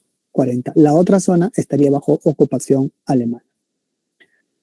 Bueno, mientras esto se produce en Francia, ¿no? En el verano de 1940, Alemania inicia el ataque aéreo a Inglaterra. Es la famosa batalla de Inglaterra, la batalla aérea más grande de la historia a la fecha aún. ¿Por qué? Los alemanes buscaban invadir las Islas Británicas con la Operación León Marino, ¿no? Así se llamó la Operación León Marino, ¿ya? Pero para poder invadir el país tenían que vencer su flota, ¿no? Y la única forma de hacerlo era teniendo el dominio del aire. Bueno, así que Alemania lanza su mayor fuerza aérea del mundo, ¿no? La Luftwaffe, contra la Royal Air Force, ¿no? La Real Fuerza Aérea Británica. Al comienzo de la campaña, los alemanes tuvieron éxitos, ¿ya? La producción de aviones ingleses comenzó a bajar, pero luego Hitler ordenó hacer un bombardeo masivo contra la población civil, ¿no? Así que esto ya obligó a los alemanes a descuidar el ataque a las fábricas de aviones y es por eso que Alemania pierde la batalla aérea, ¿no? Los ingleses con este respiro, aunque sacrificando a su población civil, logró rearmarse rápidamente y vencer a la poderosa fuerza aérea alemana, ¿no? La Luftwaffe. Así que la invasión a Inglaterra fue un fracaso completo. Ante ello, los alemanes inician la invasión del África, ¿ya? El norte del África, para tener el control del canal de Suez, que lleva una fuerza blindada conocida como Africa Corps al mando del general Erwin Rommel, ¿no? El famoso, ¿ya? Bueno, su objetivo es tomar el canal de Suez y tener el acceso pues, a esta ruta de comercio para poder acceder también al petróleo que venía del Medio Oriente, ¿ya? En ese contexto, los alemanes invaden también la región balcánica, invaden Grecia, invaden Rumanía, invaden Yugoslavia, ¿ya? La idea era un poco tener el control de estas regiones para iniciar una operación contra los rusos. ¿Por qué los alemanes invaden Rusia si era su aliado? Bueno, lo que pasa es que ante el fracaso en la zona de Inglaterra, los alemanes se dieron cuenta que la paz con Francia e Inglaterra iba a ser imposible, por lo menos con Inglaterra, que te recibía ya el apoyo de los Estados Unidos, ¿no? Así que la única forma de encontrar una compensación era invadiendo las tierras rusas. Bueno, Hitler pensó esto con su Estado Mayor, ¿no? Ellos pensaban que los rusos estaban en plena, era un país, pues, ¿no? Bolchevique, pero atrasado, y pensaban que la derrota podía ser fácil, ¿no? Sin embargo, cometieron un error, ¿no? El error fue que ellos pensaban que iban a salir unos 3, a lo más 3 millones de soldados y salieron más de 10 millones, ¿no? Eso no lo calcularon los nazis. Y segundo, la tecnología militar que los planes quinquenales habían construido, ¿no? Recuerdan que los rusos inventan los primeros cohetes, ¿no? Los primeros proyectiles tierra-tierra, ¿no? Conocidos como órganos de Stalin, que causó pavor en los alemanes, y también el tanque T-54, un tanque que era invulnerable a los disparos de la artillería, ¿no? Bueno, así que el 22 de junio de 1941, ¿ya? El mismo día que Napoleón invadió Rusia, ¿no? En las guerras napoleónicas, Alemania invade la Unión Soviética, ¿ya? Que busca los pozos petroleros del Cáucaso, ¿ya? Como los pozos del Oriente estaban muy lejos, por el amparo de la flota británica, los alemanes buscan los petróleos de Rusia, ¿no? ¿Para qué? Para alimentar a su flota naval, ¿no? De sumergibles y a su flota de infantería motorizada, los tanques, ¿no?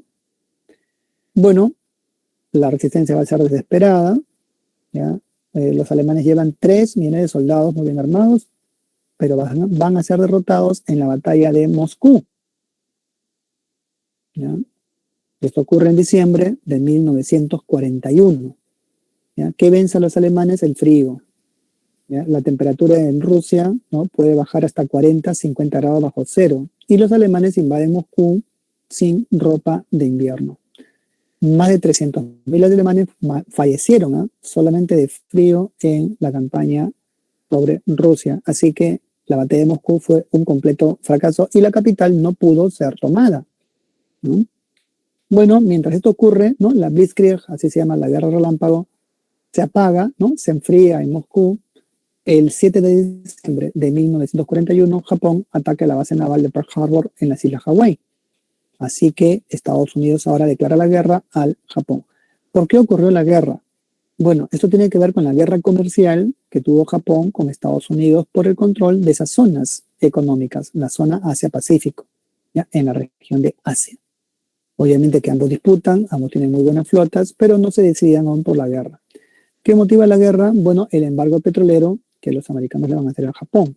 Van a prohibir que le vendan petróleo a Japón, el cual se quedó sin energía solamente para 6 meses. Así que la única alternativa, según ellos, era derrotar, ¿no? Hundir la base naval en Pearl Harbor y luego, con su flota, explotar las zonas petrolíferas de la región asiática. Bueno, así que ese es el día, ¿no? Escogen un día domingo, ¿no? Mientras todos están durmiendo. Y bueno, atacan la base naval destruyendo una parte importante de la flota, menos los portaaviones, ¿no? Que lograron salir indemnes. Bueno, esa es la primera ofensiva, ¿ya? Del eje. ¿Ya? Ahora veamos la contraofensiva aliada, frente por frente. En el frente del Pacífico, Estados Unidos se rehizo de la derrota en Pearl Harbor y va a derrotar a Japón en la batalla del Mar de Coral. ¿Ya? Japón pierde 2 portaaviones y en la famosa batalla de Midway. ¿Ya? En esta batalla Japón perdió 4 portaaviones, los únicos que tenía, ¿no? Así que ya estuvo prácticamente derrotada. ¿Ya? Luego más tarde inicia la batalla de las Filipinas, la batalla de Saipan, la batalla de Iwo Jima, la batalla de Okinawa, ¿no? Guadalcanal y Iwo Jima, y luego ya el ataque directo sobre Japón. En el frente africano, ¿ya? Rommel, a pesar de sus estrategias, ¿no? que tenía, va a ser vencido por el general británico Alexander Montgomery en la batalla del Alamein. Así que Rommel va a tener que abandonar África, ¿no? Finalmente, ¿ya? Alemania con esto va a quedar sitiada en Europa, ¿no? Aislada completamente, ¿ya? Mientras en el frente oriental los rusos, luego de la victoria en Moscú, le van a propinar una sangrienta derrota a los nazis en la famosa batalla de Stalingrado que duró casi 6 meses, ¿no? En esta batalla Alemania perdió la iniciativa, ¿ya? Y perdió casi 1 millón de hombres, ¿no? En toda esa batalla que fue terrible. Así que el mariscal Zhukov, ¿no? El jefe de los soviéticos, derrota al general Paul Hindenburg, ¿no? Jefe del 8º ejército alemán. Bueno, luego de esa victoria, los rusos van a enfrentar en la batalla de Kursk, ¿no? Luego van a cruzar el río Dnieper, ¿no? El Elba, y luego inician la batalla de Berlín, ¿no? Pero eso ya finalizando la guerra. Finalmente, en el frente oriental, ¿ya? Los aliados invaden Italia, ¿no? En el frente mediterráneo, ¿no? Es el frente occidental mediterráneo, y se produce la caída de Mussolini, ¿ya? Aquí comienza la campaña sobre Roma, ¿no? Mussolini escapa, y luego el 6 de agosto de 1944 se produce la operación Overlord, que es el desembarco aliado en Normandía. Alemania estaba perdida, ¿ya? Se dio cuenta que no podía vencer ni en el este ni en el oeste, ¿no? Finalmente veamos el final, ¿ya? Primero se produce la caída de Mussolini, ¿no? Él va a ser asesinado, ¿ya? Así que se pacifica Italia. Luego los bolcheviques toman Berlín, ¿ya? Que provocan la rendición de Alemania. Como se ve en la imagen, ¿no? Hay una bandera de los soviéticos encima del parlamento en el Reichstag, ¿ya? Y recordemos que Hitler se suicida, ¿no? El 30 de abril de 1945. ¿No? Hay una teoría que escapó, pero lo cierto es que el informe oficial y la historia oficial señala que Hitler falleció en Berlín en ese sitio, aunque hay documentales que dicen que lo contrario, que pudo escapar.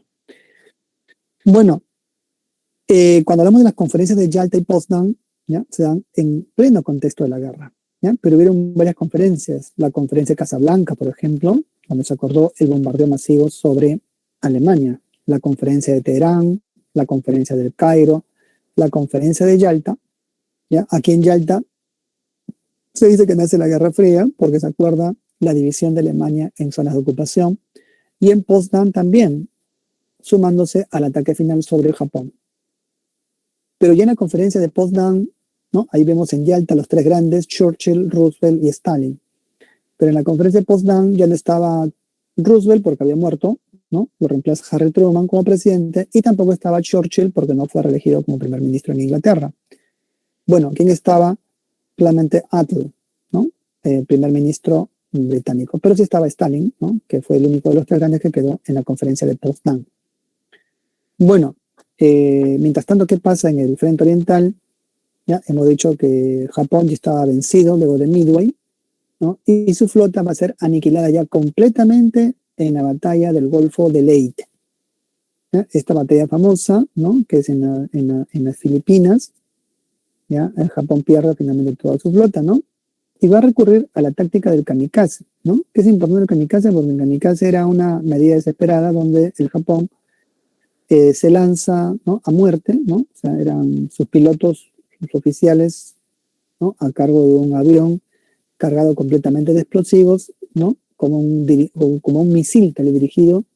Bueno, se dirigieron pues contra los buques aliados para provocar la baja de ellos, pero esta medida ya fue muy tardía por la enorme producción que tenían los aliados y además porque encontraron técnicas para derribar estos aviones suicidas del kamikaze. Bueno, veamos las consecuencias, ¿no? ¿Ya? No, bueno, todavía no, ¿no? Finalmente, ¿no? Japón pierde en las Filipinas, ¿no? En Golfo de Leyte, la batalla de Guadalcanal, ¿no? Okinawa y finalmente Iwo Jima. ¿Ya? Y luego los americanos que habían fabricado una bomba atómica en secreto, ¿no? En el proyecto Alamogordo, amenazan a Japón con lanzar estas nuevas armas nucleares. Bueno, Japón hace caso omiso a esta advertencia, así que el 6 y el 8 de agosto de 1945, los Estados Unidos inician un bombardeo atómico. Es el único en la historia, ¿no? Del mundo a la fecha. Un bombardeo atómico sobre el Japón. ¿Ya? Entonces, primero fue la ciudad de Hiroshima, ¿no? ¿Ya? Una bomba digamos, de radio, ¿no? De uranio se hace, ¿no? Pero en este caso de uranio, ¿ya? Detona en Hiroshima y bueno, se le conoce como Little Boy, ¿no? Pequeño niño, creo que es en inglés, ¿ya? Little Boy. Y bueno, esto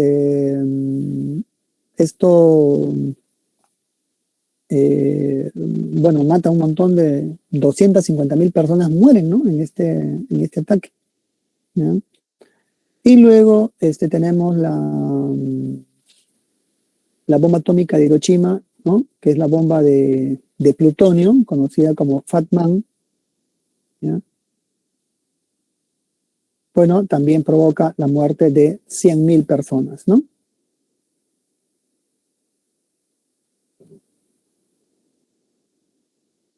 Bien. Bueno, Japón, ¿qué hace? Pide la paz, ¿ya? Pide la paz, ¿no?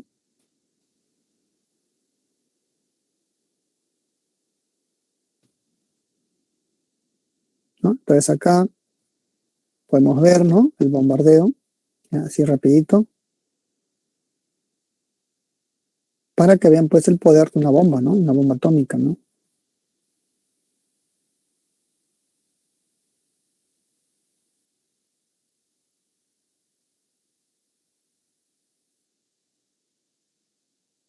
Entonces aquí lo mostramos para que vean, ¿no? La detonación original.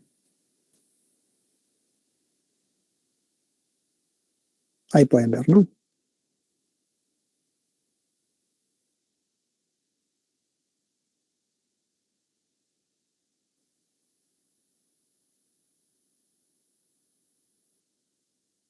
Vista desde el aire, como se puede ver, ahí detona la bomba atómica, ¿ya? 250.000 niños, ¿no? No, perdón, 250.000 personas, ¿no? En general. Y luego viene la bomba de Fat Man, ¿no? Fat Man creo que es Fat Man, hombre grande, ¿no? Algo así. En Nagasaki, que es una bomba de plutonio. Bueno, aquí con este lanzamiento los aliados ven el impacto que tiene la radiación, plutonio y uranio, ¿no? O radio en el cuerpo humano, ¿no?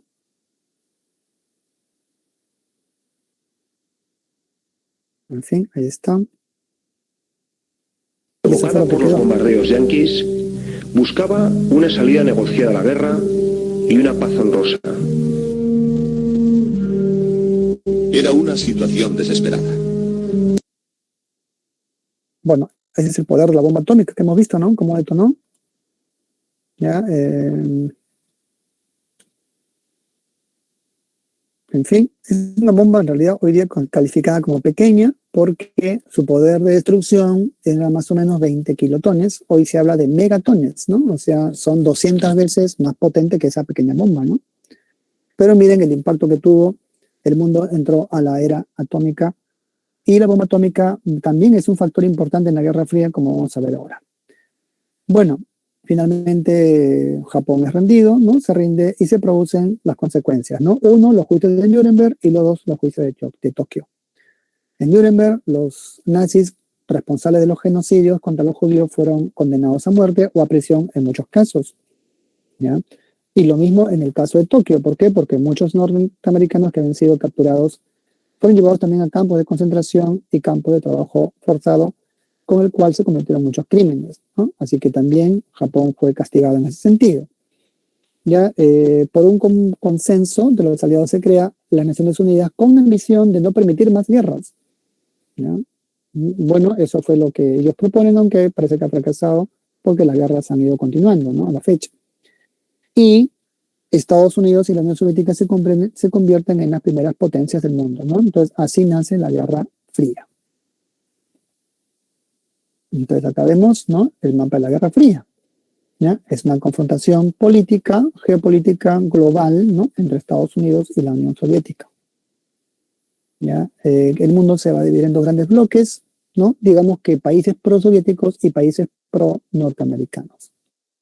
¿Ya? Y esta división se va a llevar en el plano político, económico, ideológico, cultural y de manera indirecta en el campo militar. Por ejemplo, en lo ideológico, ¿no? Ustedes, no sé si han visto la película Rocky IV. ¿No? En esa película, ¿ya? Recuerden que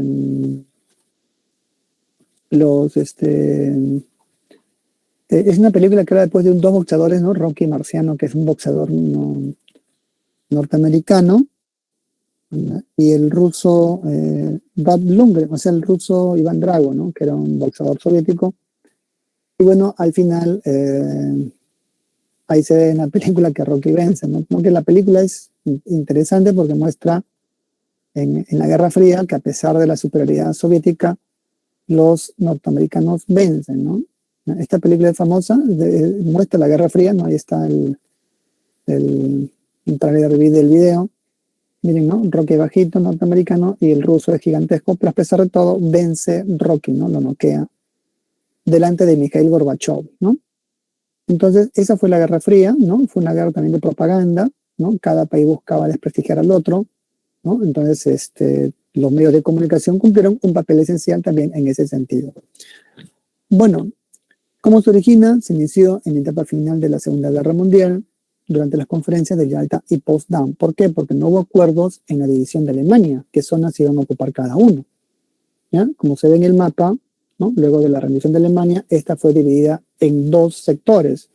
Al comienzo fue en cuatro, ¿no? Un sector aliado, francés, británico, ¿no? O sea, un sector británico, francés y norteamericano, y el sector más grande fue el soviético, ¿ya? Al final los franceses, que estaban en crisis, y los británicos también, dejaron todo en manos de los norteamericanos. Así nace la República Federal de Alemania y, por el lado soviético, la República Democrática Alemana. Y la frase que la planteó Churchill, ¿no? La cortina de hierro, bueno, ahí nace la Guerra Fría, ¿ya? La división de Europa, ¿no? Frente a la amenaza del socialismo soviético que los europeos temían llegase a sus respectivos países, ¿no? Bueno, ¿ya? Es una guerra, ¿no? Donde hay un antagonismo ideológico, ¿no? Como decíamos, cada sistema se critica por demostrar cuál de los dos es superior uno al otro. Es el surgimiento de bloques militares, ¿ya? Hablamos de la OTAN, ¿no? La OTAN es la Organización del Tratado del Atlántico Norte, ¿no? Integrada por estos países, ¿no? Francia, Inglaterra, la República Federal y Estados Unidos, y también frente al Pacto de Varsovia, ¿no? Que ahora participan países que son del bloque socialista, ¿no? Todos esos países que se ven de color medio, ¿no? Aquí con la URSS, de color medio rosado, bueno, ahora son parte del bloque socialista porque han adoptado, se les ha impuesto el régimen socialista. Bueno, tenemos la carrera armamentista, ¿ya? Que es otra característica, ¿no? Con la fabricación de armas nucleares cada vez más perfeccionadas, ¿no? Entonces, eso es lo típico también. Y la carrera aeroespacial también es parte de esa carrera armamentista porque se busca ahora enfrentar la guerra en una condición mejor en el espacio. Bueno, este es el mapa de la Guerra Fría, ¿ya? Aquí están los países pro-norteamericanos y los países pro-soviéticos, ¿no? Ahí están. ¿Ya? Este está en la separata del mapa. Y bueno, las características, ¿no? Que están acá. ¿Ya? Entonces ahí está la división, ¿no? ¿Ya? Alianza militar, ¿no? Choques a través de terceros países, ¿no? Desarrollan una industria militar nuclear, ¿ya? Una economía basada en la planificación, ¿no? Y una economía basada pues en la supremacía del dólar, ¿no? Una economía de mercado. ¿Ya? Recuerden que son dos economías diferentes, una economía estatista y una economía de mercado, ¿no? Capitalista. Bueno, y también desarrollan las democracias y bueno, desarrollan sistemas políticos bajo control de partidos comunistas, ¿no? Bien, entonces vemos algunos ejemplos, ¿no? Este está en la separata, obviamente, ahí lo hemos sacado. Y acá está, ¿no? El bloque, ¿ya? El bloque norteamericano, el bloque soviético, ¿no? En lo económico tenemos el Plan Marshall. Bueno, ¿qué fue el Plan Marshall? Fue el apoyo, la ayuda económica, los préstamos que Estados Unidos otorgó a sus países aliados de Europa Occidental. ¿Ya? Como habían sido castigados durante la guerra, ¿no? Recuerden que Francia fue ocupada y Inglaterra no fue ocupada, pero fue bombardeada, ¿no? Entonces, ¿cómo reactivar la economía? Bueno, fue con ayuda de Estados Unidos. ¿Ya? Y debido a esta inversión que hace Estados Unidos, porque es una inversión, ¿no? Para reconstruir la infraestructura de estos países a través de ciertos organismos que se crean también, como el Fondo Monetario y otras, bueno, establecen al dólar como moneda de reserva mundial, a nivel mundial, ¿no? Entonces, ahí se origina el dólar como moneda primera, ¿no? Primera moneda de reserva a nivel mundial. ¿Ya? Entonces, eso respecto al capitalismo y socialismo, ¿no? En capitalismo tenemos el Plan Marshall, ¿no? Y los organismos financieros que se crean como el Banco Mundial, el Fondo Monetario, etc. Y el socialismo con el Comecon, Consejo de Mutua Ayuda Económica, que fue también la ayuda de este imperio, ¿no? El soviético, a los países de Europa Oriental. ¿Ya? Estamos hablando de apoyo también financiero, ¿no? Bueno, la moneda de ellos era una moneda periférica, el rublo, ¿ya? Pero que estos países lo aceptaban, ¿no? Esto en lo económico, ¿ya? Así que así se da nacimiento del mercado común europeo, ¿no? Y dos, al sistema económico soviético, ¿no? En lo militar tenemos la OTAN, que es la Organización del Tratado del Atlántico Norte, ¿ya? Que es una alianza militar, ¿no? Entre Estados Unidos y los países de Europa Occidental, como se había indicado, frente al Pacto de Varsovia, ¿ya? Que es también una alianza militar entre la Unión Soviética y Europa Oriental. Y bueno, esta competencia de la Guerra Fría también se va a ver en la carrera espacial. ¿Ya? Recordemos que fueron los soviéticos los primeros en colocar el primer satélite artificial al espacio, el Sputnik 1. ¿Ya? Esto es famoso, ¿no?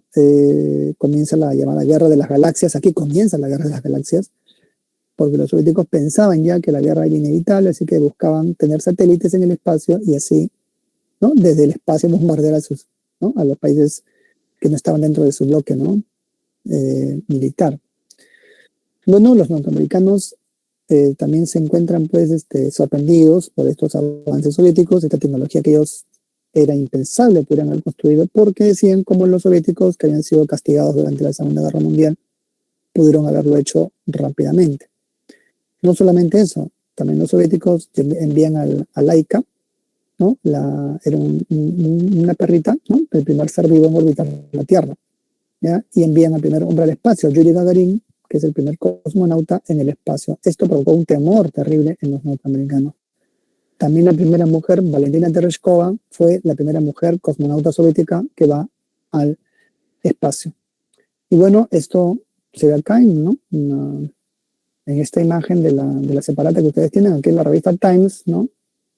El mundo occidental se asustó, ¿no? En fin, aquí vemos la cara de Yuri Gagarin, ¿no?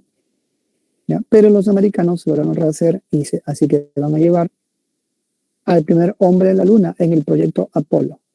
Los soviéticos tenían el proyecto Lunik, ¿no? Así que han ido el Lunik 1, el proyecto Vostok, ¿no? El Vostok 1, el Vostok 2, ¿no? Y los norteamericanos el proyecto Apolo. Será el Apolo 11, o sea, fueron 11 intentos, ¿no? Que van a llevar a los primeros hombres al espacio, ¿no? Los cosmonautas Collins, Armstrong, son 3, ¿no? Neil, Collins y Armstrong, ¿no? Bueno, así que realizan el primer amerizaje lunar, ¿ya? Tal como se ve en la imagen, ¿no? Bueno, así que, ¿no? Aquí está, ¿ya? Neil Armstrong, ¿no? Y Yuri Gagarin, ¿no? Y bueno, la perrita laica, ¿no? Aquí está. Bueno, ahora veamos la zona de tensión. ¿Ya? Han habido muchas zonas de tensión en el lapso de la Guerra Fría, ¿no? Han sido Vietnam, ha sido el Canal de Suez, ha sido la zona de África, ¿no? Pero principalmente ha sido la Guerra de Corea, ¿no? Y también ha sido Berlín, ¿no? Porque recuerden que hubo un bloqueo, primer bloqueo y segundo bloqueo sobre Berlín. Pero el hecho ya militar directo, ¿ya? Tenemos con la Guerra de Corea que comienza, ¿no? En el año 50, 1950 y dura hasta 1953. Bueno, ¿cuáles son las causas de la Guerra de Corea? El temor de Estados Unidos de la expansión del comunismo en el lejano oriente. Bueno, debido pues a que luego de la Guerra Mundial Corea logra su independencia, ¿ya? Los americanos que habían ocupado Japón ven, ¿no? Que no podían tolerar una Corea unificada bajo un régimen distinto a ellos en la península, ¿no? Así que logran establecer una línea de paralelo 38 que forma o delimita Corea del Norte con Corea del Sur, ¿no? El norte tenía Pyongyang como capital y el sur tenía Seúl. Bueno, ya, ¿por qué se inicia la guerra? Bueno, Corea del Norte quiere unificar el país, así que invaden Corea del Sur, ¿ya? Entonces aquí los norcoreanos invaden con apoyo de China y la Unión Soviética a Corea del Sur, que recibe el apoyo a su vez de los Estados Unidos y de las Naciones Unidas, ¿no? Estados Unidos envía al general Douglas MacArthur, ¿ya? Él se convierte en el comandante de las tropas, ¿no? Para liberar Corea del Sur, ¿ya? Y logran expulsar a los norcoreanos, ¿ya? Pero llegan a la frontera con China, ¿no? La intención de los norteamericanos era capturar finalmente toda la península, pero los chinos, viendo que se aproximaban al territorio, inician un ataque masivo. Derrotan a las tropas surcoreanas, y restablecen la línea de frontera. Aquí casi inicia una guerra entre China y Estados Unidos. China era un país que recién había tenido su revolución, como pueden ver, ¿no? Recién estaba empezando, pero los norteamericanos pensaron lanzar bombas atómicas sobre China, pero esto podía provocar la respuesta de los soviéticos, que también tenían ya bombas atómicas, ¿no? Así que finalmente se establece un armisticio de Panmunjom, donde las dos Coreas se mantienen divididas a raíz del paralelo 38. ¿Ya? Bueno, ¿cuáles son las consecuencias? ¿No? Uno, ¿ya? El armisticio de Panmunjom, ¿no? Tal como se indica allí, ¿ya? Y dos, el aislamiento de Corea del Norte, ¿ya? Bueno, aislada al sector occidental, porque Corea del Norte en realidad sí está integrada a China, ¿no? Que es su principal mercado, y también está integrada por trabajo a Corea del Sur en alguna medida. Bueno, tenemos acá luego ya finalmente, ¿no?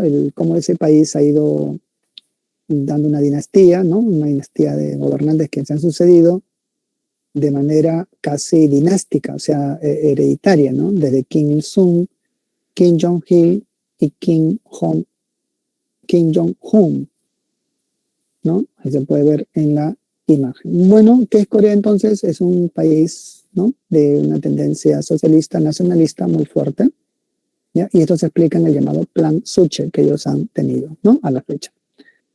Bueno, así terminamos y aquí tenemos las claves, ¿ya? Como pueden ver ahí, ¿no? 1D, 2D, 3B, 4C y 5C.